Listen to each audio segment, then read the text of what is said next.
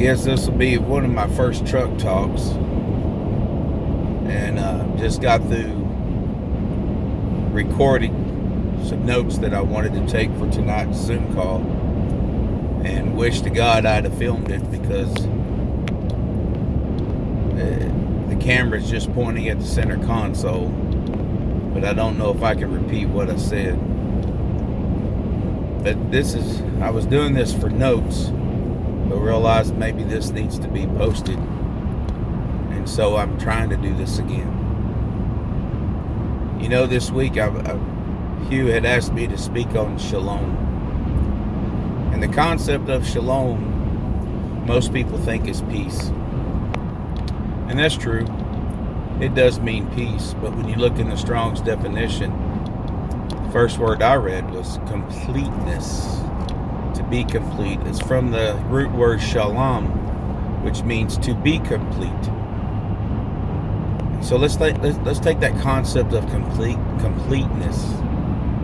You know, when we speak shalom to one another, you know, the people say that what you speak, be careful with your words. Life and death is in the tongue. But I want us to think about when we say shalom, and most people think of speaking peace. Let's think about speaking completeness, and let's look at an example of completeness that I'm talking about. Let's be, you know, like I said, I was on this Zoom call. I know it's going to sound like I'm rambling here, but I wanted to talk about the strength of being complete with God, to become one with God and be able to overcome and have dominion, and to be able to have the strength and fortitude to conquer and to go forth and swing the sword and do what the Father has wanted you to do, and to overcome. You know, that's what the name Israel means, to strive with God and to overcome with Him.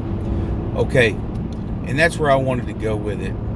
And in doing so, Wednesday, going through the scriptures, the Father just wouldn't let me go there. I kept coming across other scriptures and it led me to, I'll just use this example, being complete and becoming one with the Father.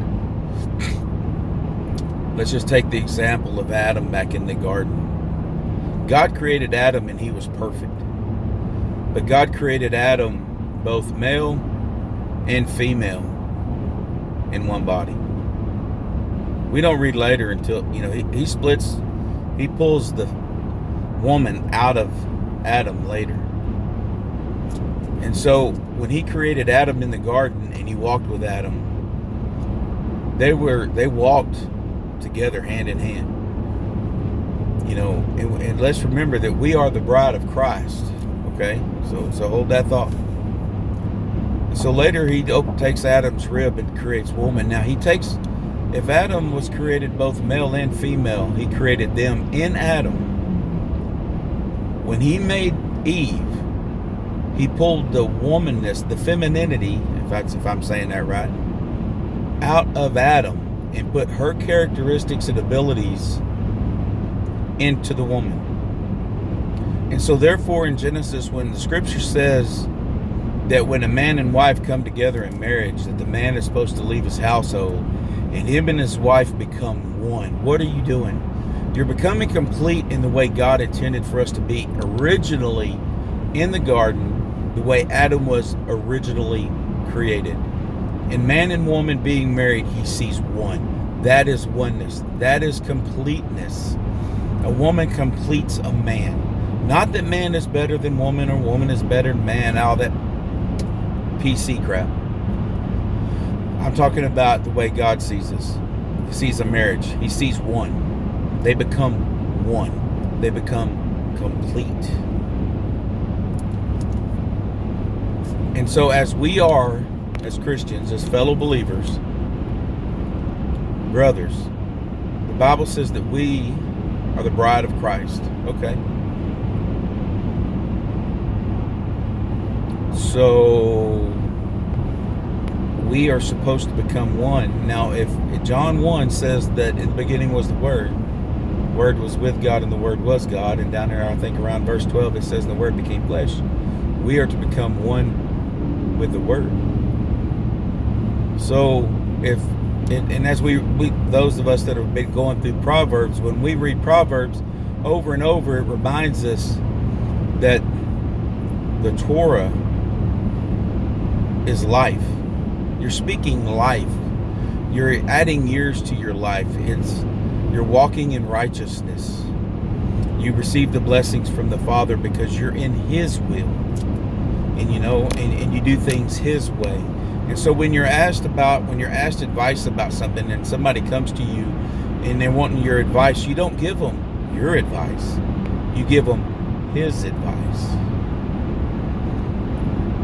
And you're able to teach His words. You're able to explain His words.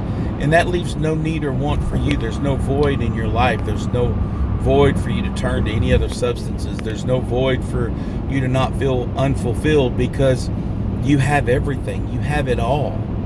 Because you have everything that the Father has wanted you to live by within you. You're filled with His Word. You're filled with His Spirit. Now remember, when God created Adam, before there was sin, the Father walked with him in the cool of the garden.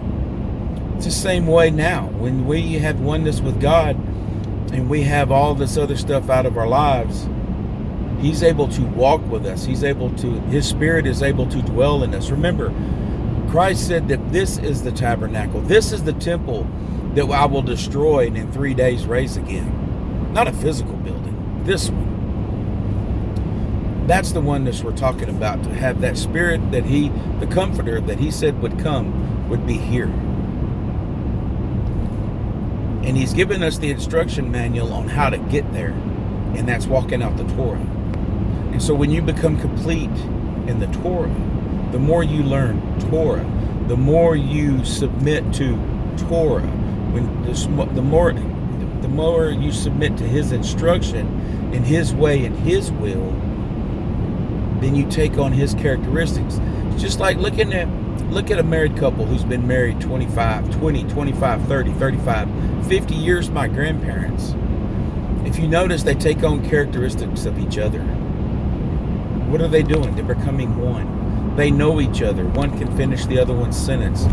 They know each other's favorite meals. They know each other's favorite drinks. They know each other's personality and traits and what sets them off and what makes them happy.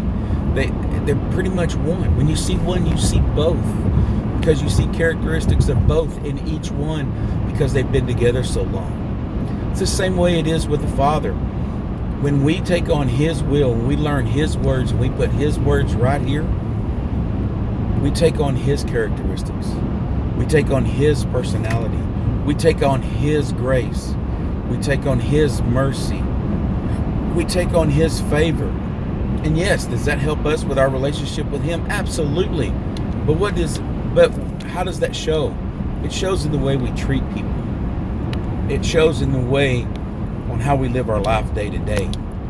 You know, the Hebrew word for worship, and I can't think of it, is not worship like, oh, let's raise our hands and dance like some of the denominations do. Woohoo, that was some good worship tonight. No. Worship in the Hebrew concept and the concrete concept is your daily walk. Your walk should define who your God is. And if you're taking on His will and taking on His way, nobody really has to ask you. They might be curious and just want to hear you say it. But they're going to be able to look upon you and say, there's something different about Him. He doesn't have normal characteristics. He doesn't have normal traits. His personality is different. The way He treats people is different. It's because we're taking on His characteristics. That's the completeness that I want to talk about today. That's the completeness that I want to describe and hopefully be able to bring across, and that anybody can understand what I'm talking about just through the example of a marriage. You know,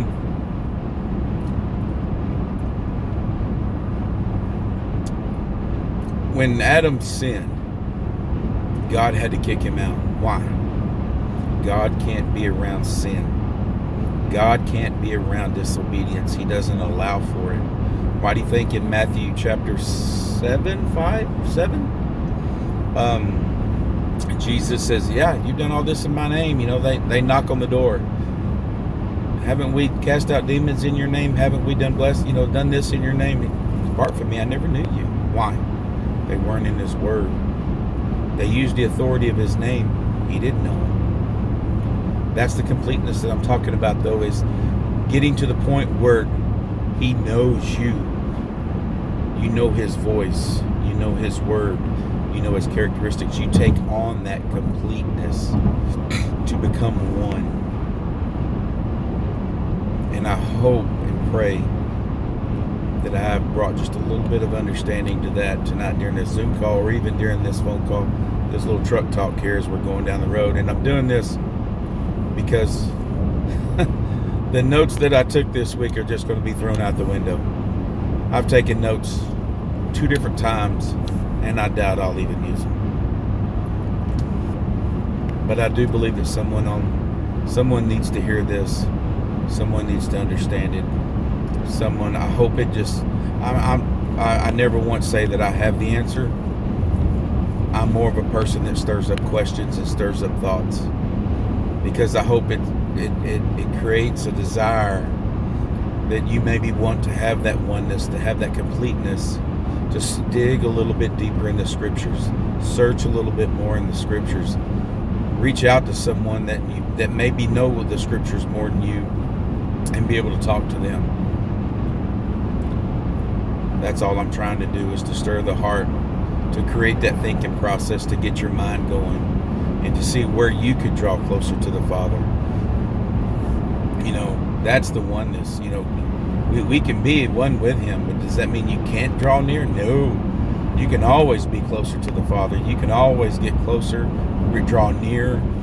Speaking of drawing near, the word korban, sacrifice. We think of sacrifice in the body, and in the Bible, it's been taught in the church that, the sacrifice was Old Testament. Oh, it's death, blood, all nasty and gory. But what does the Bible say about blood? Why are we not supposed to eat blood? Why? Because the life force is in the blood. Life force, yes. So that our sinful body, our lawless nature, can go before the Father, and the priest can sprinkle the life force on the altar, and the Father sees the life force. The Father sees life, and he's able to draw in a world full of sin and death, but yet there is a space created with a life force that he can come down and inhabit that place for a moment and speak to his people. That's what the tabernacle was about, the indwelling. So where's he supposed to be? Where's our heart? Our heart? I wonder why we say he's in our heart. Because that's where the life force is. That's the mechanism that pumps the blood through the body. The life force is right here. Why do you think we Christians say, well, you just got to have Jesus in your heart? Why do they say the heart? It goes back long ways. It's where the life force is. The main circulatory system, your life force. That's why Jesus wants to be there. He wants to be in your life force.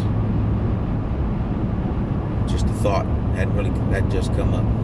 But anyway, like I said, I'm doing this for notes to kind of remind myself of the way the Father's kind of bringing it to me. May post this, may not. May open it up to some brothers on MGM. May not. We'll see how it goes. But anyway, if it does get posted, Shalom. Completeness. Remember, brothers, we're all in this together. Shalom.